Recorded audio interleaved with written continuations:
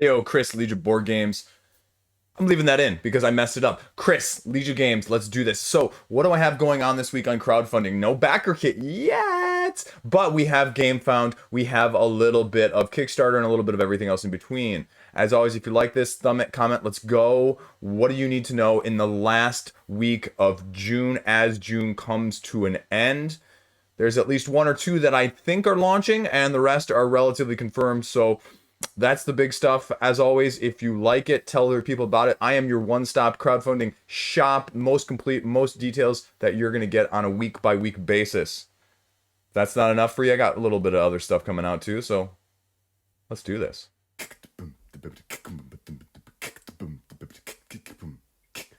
Now we're going to start with potentially the biggest one of the week, but this is also the only one that I'm not sure of it's actually launching, because originally they said sort of late June coming from Alley Cat Games, and this is Amun-Re 20th Anniversary Edition. Sort of like Ra that we saw last month, we're seeing a new updated version with Vincent Dutrot's art in terms of a 20th Anniversary Edition. Dice Tower Seal of Excellence originally in this sort of auctioning area control style resource management game.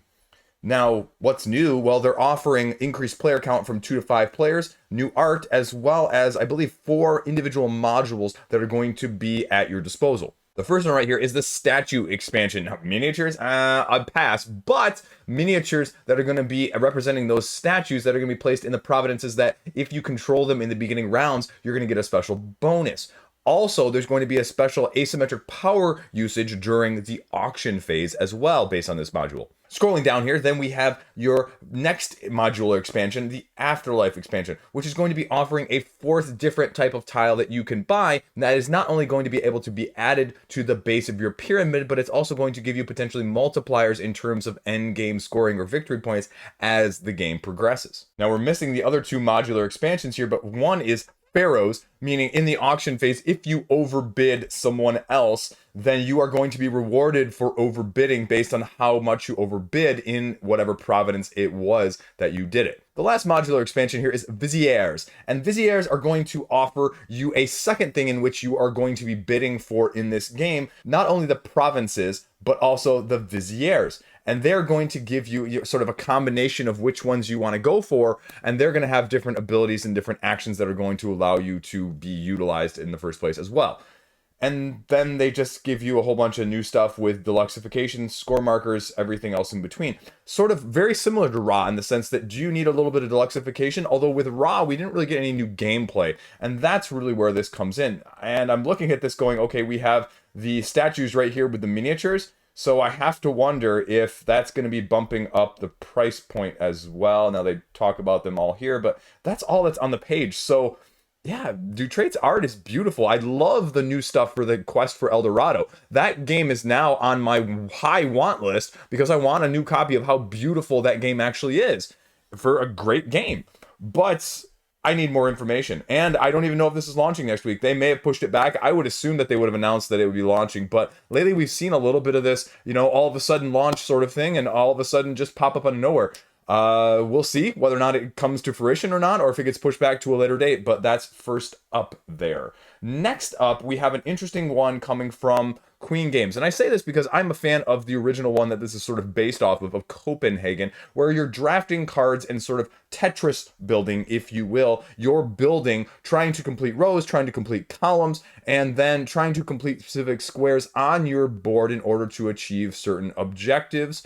And then, they add in the acrylic pieces instead of the cardboard ones, and that's really where Copenhagen's appeal is, because you're basically drafting these cards out of the center, taking a certain number that are adjacent to each other, and then filling them back up. Now, if we go over to their Facebook page, because this is the only other site that really has any information, you can see that it's very similar to Copenhagen in terms of the setup. And I'll flip over here for a quick second so you can see what the Copenhagen setup really is looking like. And basically you're drawing these cards, then you have to play a certain number of cards that match the size of the tile that you want. So for example, this green one here right above my head, you can see it's got 4 spaces, and you would need to play 4 green cards, but you can only have a certain number of cards in your hand. And then the windows are another specific bonus. So if you can get a whole row or whole column with windows, you get an extra point.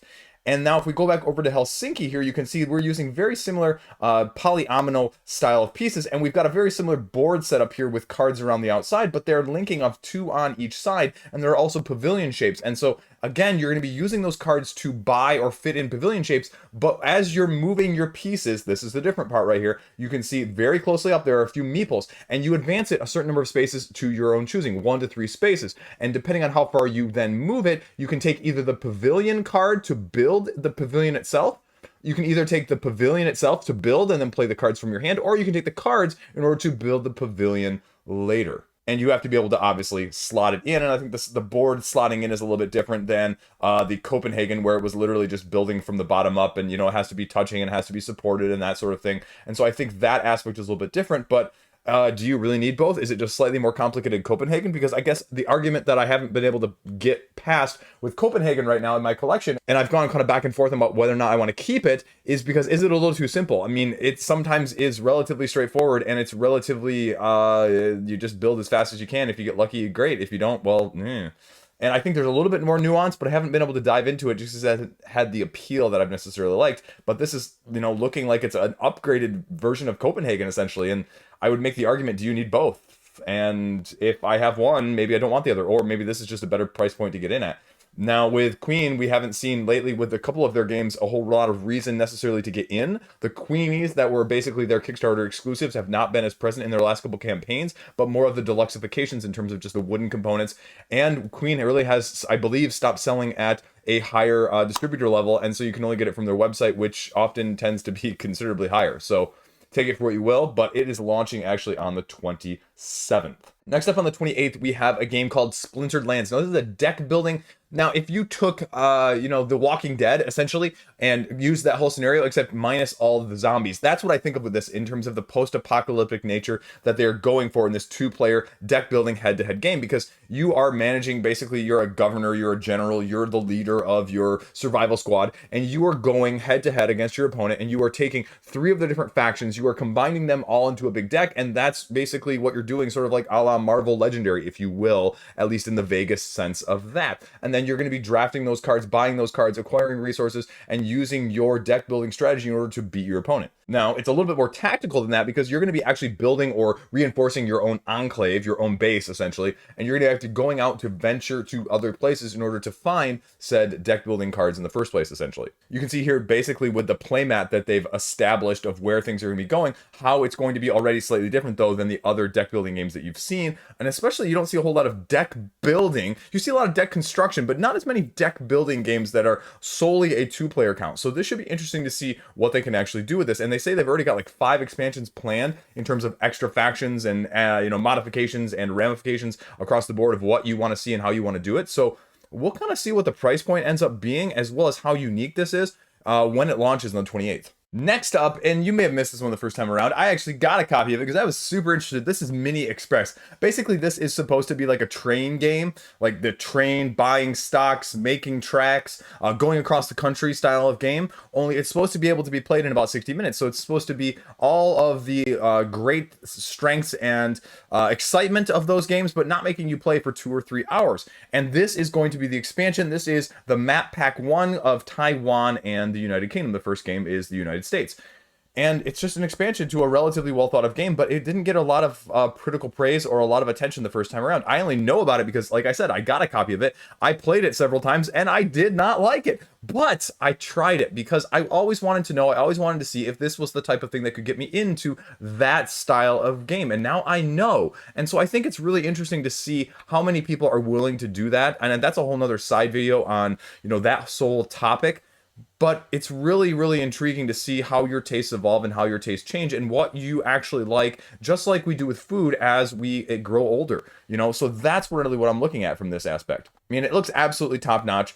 It just is going to be different. I mean, it's different boards, right? This is what all the train games, all the 18xx's are, right? They have different slight resources, managements, board setups, and that's what this is bringing to the table. Now, they talk a little bit in the description about how these maps are going to be slightly different or what different mechanics they're going to bring. And they talk about the Taiwanese one, basically saying that you can invest in Japanese modernization techniques, but it's going to significantly change or alter the options that you have based on that. And so it can be a boon, it can also be a little bit of a detriment. So that's the big one there. They don't really talk about any of the mechanisms or any of the differences in terms of the UK or the British one. So that's about all that we know right now at this point. However, if you go over to the forums, you can start to see some of the official stuff like the maps and the print and plays, and it's on Steam apparently as well. So if you really want to know more than anything just like me giving you the bare bones summary right now, you can go over, I'll throw the link down below to the Board Game Geek page so you can check it out for yourself. This one is also launching on the 28th. Also launching on the 28th, we're going to go a little bit of a departure here before we go back to the games. And I just got a random email from these guys just saying, hey, you know what, you mind mentioning us? I think it was a generic email to everybody, but you know, I do this video, so why not? This is Casual Game Insider. I believe they say this is going to be their 11th year being around, or 12th year, but their 11th year of crowdfunding, and they're doing a campaign to raise funds for putting out a magazine for board gaming. So if you have any interest in, it doesn't even have to be a print. I believe they do a lot of it electronically nowadays anyway. So if you want to get in on this, if you have any interest in this, I would imagine you can even pull up their old pages to see what the subscription levels look like and what the discounts look like. And they even have sponsors from several of the bigger companies there. So if you have any interest in it, their campaign is also going to be launching on the 28th. Check it out when it goes live. Also going on the 28th, this is a very interesting thing from Inside Up Games. You may know them from Block and Key, which I'm getting a copy of, Earth, which I'm also getting a copy of. Oh, this is a bad trend. This is Summit. This is the latest expansion from Summit. This is called Sanity, and Summit is basically a game of exploration, either solo, competitive, or cooperative, where you are trying to scale a mountain and survive. The original base game has a two-sided board in which you can play either solo, competitive, or cooperative, like I mentioned. It's also going to give you different variable conditions in which you can have to try and manage. Now here you can see a picture of the original game, and it has a very interesting end game system in terms of how you're going to be interacting, because you may go, okay, well, this is Chris, this is a competitive game. How are you going to manage it really with resource manage it? And how are you going to make it sort of a little bit of a take that without being too take that? Well, you can apparently, via their karma system, share resources or hinder people depending on how you want to do that. But it's going to affect the end game scoring. So obviously, if you're going to be a little bit nicer to other people, you may get a few extra points. And there are lots of tiles and lots of cards. So the replayability, I think they said something like 190 cards and 100 tiles. So a lot of stuff going on there. And not only you're racing up, you're also racing down. So that's very interesting. Now, going back to what's actually launching, this is the Sanity expansion. What is that going to bring new? Well, here's the GameFound page. There's nothing on it. They don't really say yet at this point. I think it's compatible with the other two expansions that they've already put out there, Teams and Yell, but it doesn't really say anything apart from keeping their focus, maintaining the sanity while trying to summit the mountain. Still solo, competitive, and cooperative, 1 to 6 players. Is it going to make you get in on this game? Is it going to provide something that makes you want to play it in the first place if you were not a fan of it in the original sense? I don't know. I'm going to give it a hard look-see, though.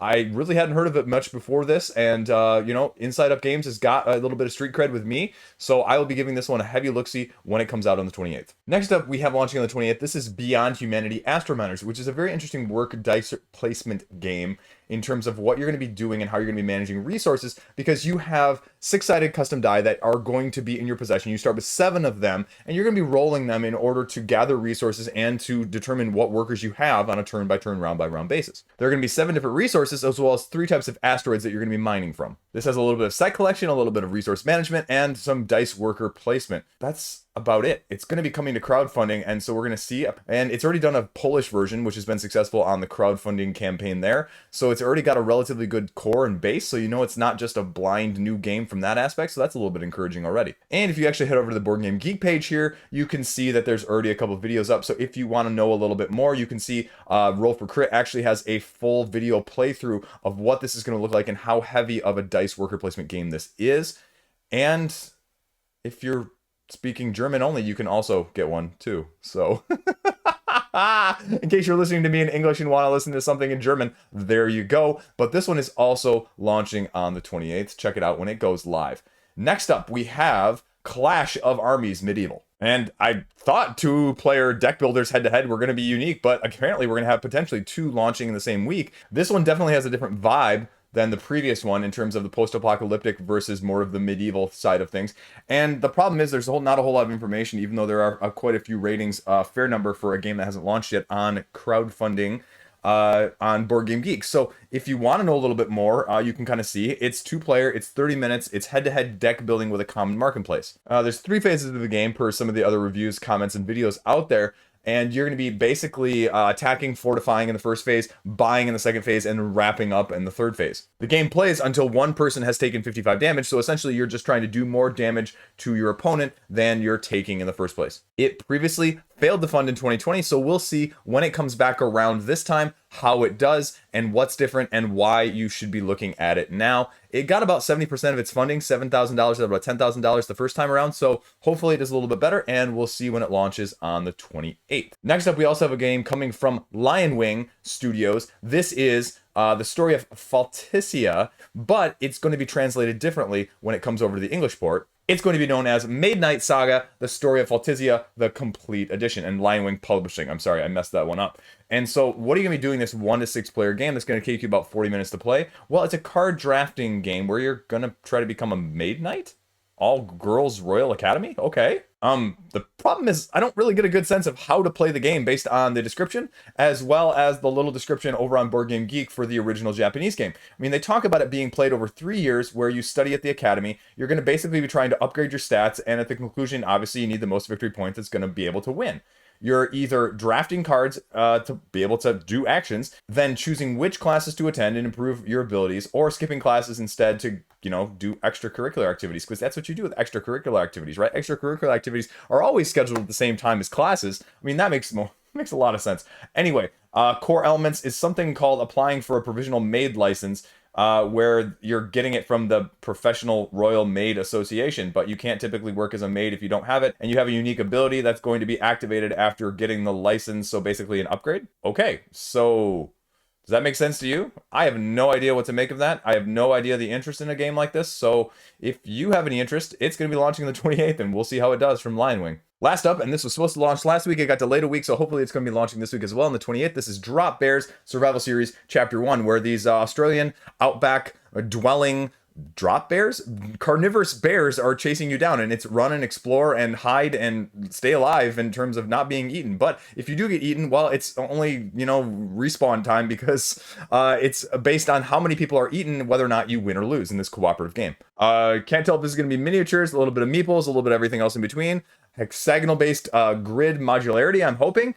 But it's a survival game as well, where you're trying to manage resources, scrape together things, and fend off the drop bears long enough to make it to daylight. So we'll see what the actual mechanisms look like and where it is in terms of dripping with theme. Hopefully not too much blood, but we'll just kind of go with the flow, as they say, when it launches on the 28th. There you go. That's it. Now, I thought I'd do something a little bit different here with this part of the video, because I want to get more of you guys interested in this part of this video, as well as the video from yesterday. I'm not sure which video is going to be better for this component, but you can let me know in the comment section below. Where are campaigns that I've talked about previously? Campaigns that I've done in the roundup on Fridays, where are they now? And we're going to be looking at a couple big ones here, 3 of the ones that you can see on this page. So let's just go straight to it. Septima, $640,000 right now. This is insane. But what do you need to know? How different is it from a week or two ago when it launched? Well, that's the most important thing, right? And this is where you really need to be looking. And that's why I'm already down here at this part of this page. And this is the story unlocks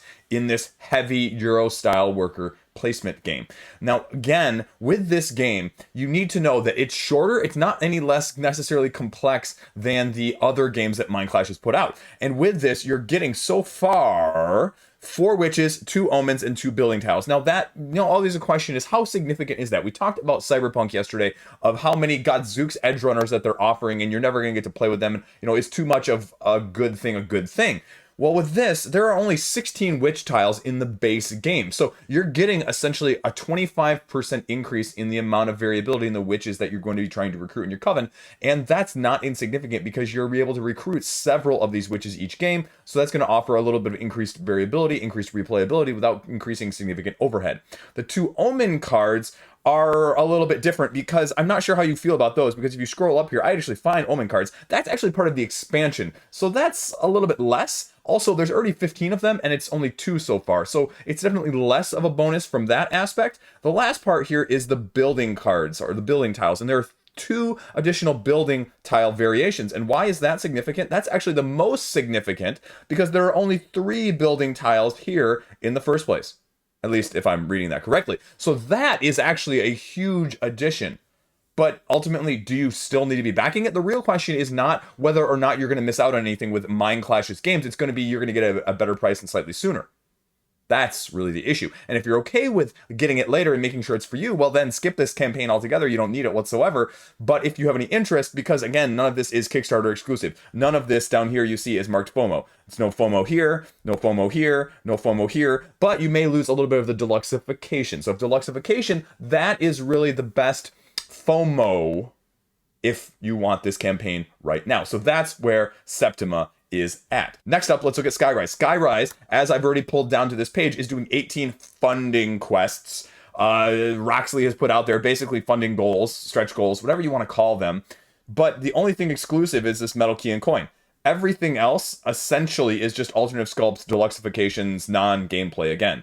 Deluxe layer boards. This is very, very, very akin to Radlands. So if you missed Radlands, this is basically the same thing, right? You're going to have your deluxe, your super deluxe, and everything else, because like the super deluxe with Radlands included like the box and the playmats and all that stuff. And then the deluxe was just like the extra fluff box and a little bit of sleeves or something. And then you got it at retail for a third of the cost of the deluxe with just the cards and the essentials. So that's the only concern I have with looking at this, because this is probably the highest ranked game on my hotness list right now on crowdfunding, period. Skyrise. I'll be putting out a video later this week in terms of what else you need to know about why you should or should not back it. And again, I'm going to be doing that video. As much as negativity gets views, and I know a couple channels are like, you should not back this, let me tell you why. I'm going to stay away from that. That's not me. I don't do it well. I'm a pro and con person. So that will be coming out. I'll be also talking maybe about Septima. I'll probably do a Cyberpunk 2077, but we'll see. As you can see here, alternate sculpts is the big thing. Foil on stuff, gold foil is apparently really cheap. I remember looking up for restaurants a couple years ago, like gold foil that they use as like the edible stuff is super, super cheap, and then they mark it up a ton. I'm not saying that's this again, but just reminds me of that. It's where my brain goes, how my brain works. So next up we have Bot Factory. Bot Factory funded. I was wrong on the over-unders. Spoilers here in a little bit, because I wasn't sure it would actually fund by the time this video launched. They're doing production tile variants. Now, it doesn't say if they're going to be Kickstarter exclusive or not. There's been a little bit of exclusivity, a little promo-ish with previous Eagle Griffin games, but nothing like make it or break it, because these games have enough in them that I don't really think you're missing out either way. So take it for what you will. But the price point, they say, is $48 in this campaign. It's going to be at least 64 MSRP. Now, how much of discount are you going to get from an MSRP value at retail if it hits a major distributor? Well, that's, the debate, because you add in shipping, you add in the little stuff here, the promos, the variants, whatever you want to call them. It makes it a little bit of a tougher call, I would say, with Bot Factory overall.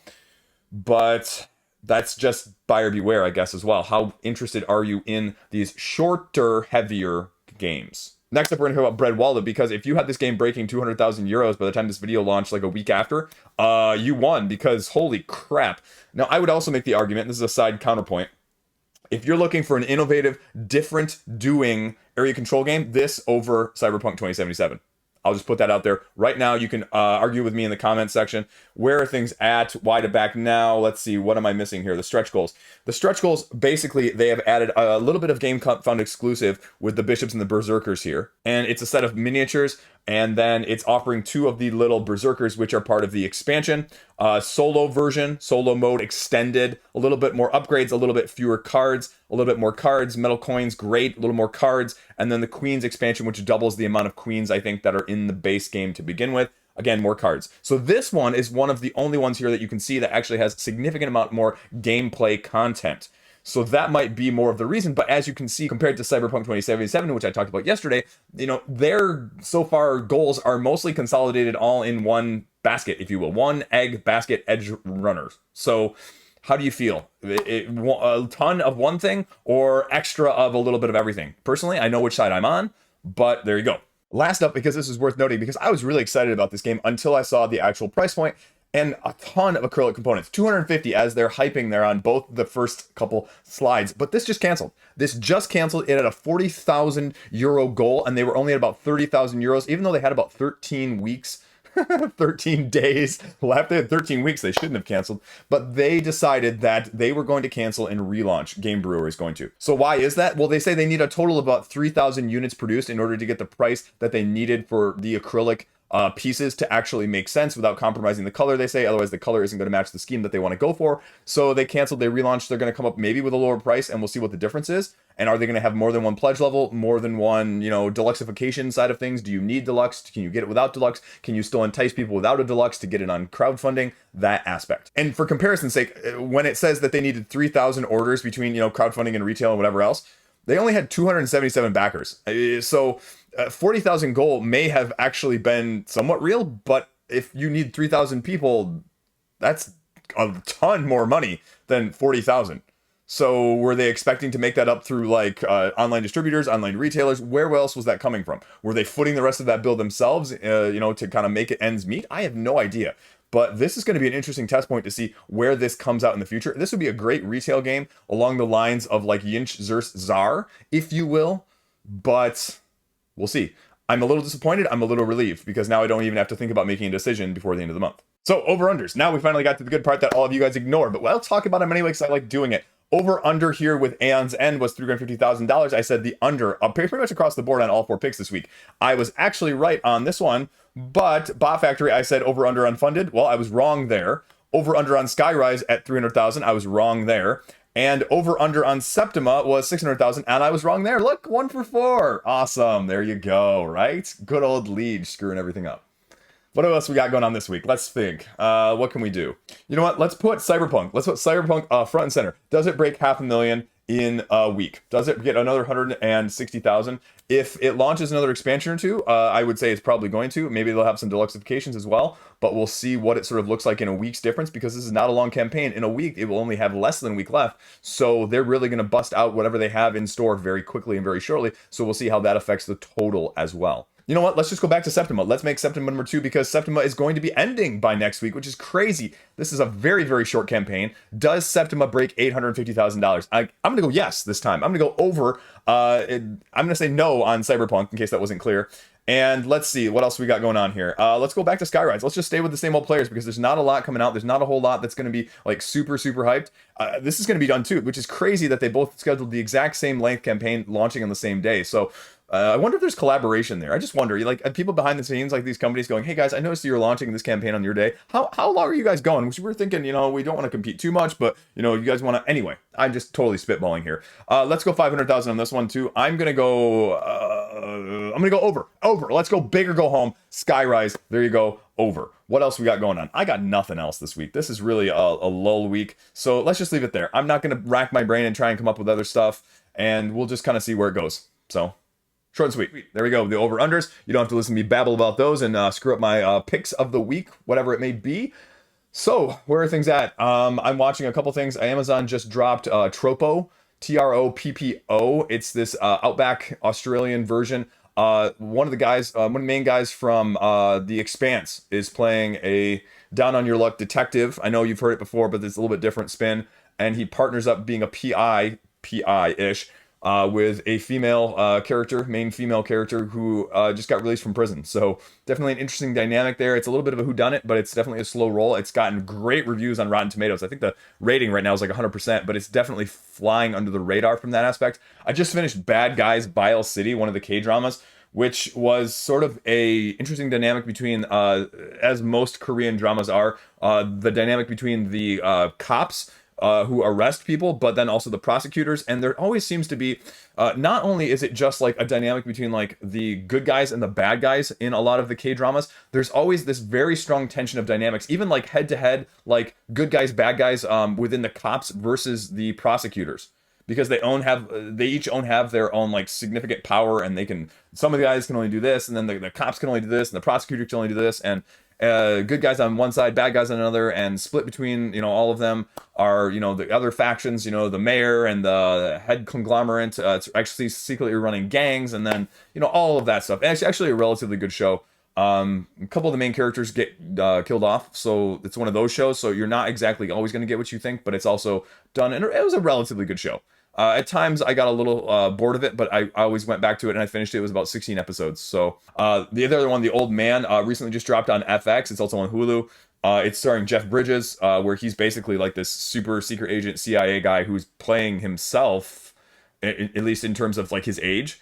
and he's been out of the business, and it turns out, you know, he did some stuff and he has a daughter, and they're trying to get looped back in. Yeah, it's also present with John Lithgow, so like it's John Lithgow versus Jeff Bridges, and that's why also like both of those are excellent actors, and they're doing a good job so far. But I think it's just dropping its third episode this week, because they're not dropping them all at once. They're dropping them, you know, FX style, one at a time. So I definitely check that one out if you have any interest in that as well. That's about it. So I'm going to try and do a little bit of a different style review with the next review I'm going to be doing. A little bit of different camera shots, but not fully the overhead yet, because I haven't figured that out. Because I think the HDMI splitter that I bought, or sorry, not the HDMI splitter, the HDMI switch, in order to go from feed 1 to feed 2, I think it's not compatible with my Mac. So I'm going to hopefully be returning that one and getting a different one, and hopefully try this one out, because you would think that they would have compatibility like across the board on these things, and there's nothing in terms of like splitters and switches and all that stuff. I'm learning all about this stuff now as I go, and no one talks about it either. That's like the one aspect that they didn't talk about, because they're like, oh yeah, it's compatible with the Xbox and the PlayStation and the Nintendo Wii and the Switch and the PC, but oh no, Mac, I don't know, Mac, who knows? Can't even find it in the comment section. No YouTube videos on it, so we're going everything in between. But hopefully I get that to work out, and we'll see where it goes from there. Apart from that, that's all I got. This is going to be the last week of regularly scheduled stuff that's coming out, and then the following week is the week I'm gone, so hopefully I'm going to have a couple pre-recorded things that'll go out intermittently throughout the week. But if you don't hear me in the comment section that week, that's because, well, I don't have any Wi-Fi where I'm at, so it's going to be very limited responses. So take that for what you will, but thank you for your support, thank you for watching, and thank you for tuning in. Let me know in the comment section how you feel, again, about the updates from previous campaigns in this video versus another video, and just what else you want to see. So there you go. That's everything I got. That is this week, all in a nutshell. Thank you for tuning in, thank you for watching, thank you for clicking, thank you for subscribing. Stay classy. I'll see you around. Have a great weekend. Kids are walking up and downstairs, you know, it's like 2 hours past their bedtime, and they've been upstairs like 3 or 4 times by now, you know. Oh, we forgot this. Oh, we need this. Oh, I forgot. Oh, the knot is too tight on my pajama. I don't, you know, if you've got kids, you know what I'm talking about. If you got kids, you know exactly where I am right now. At least the 1-year-old can't get out of his crib yet.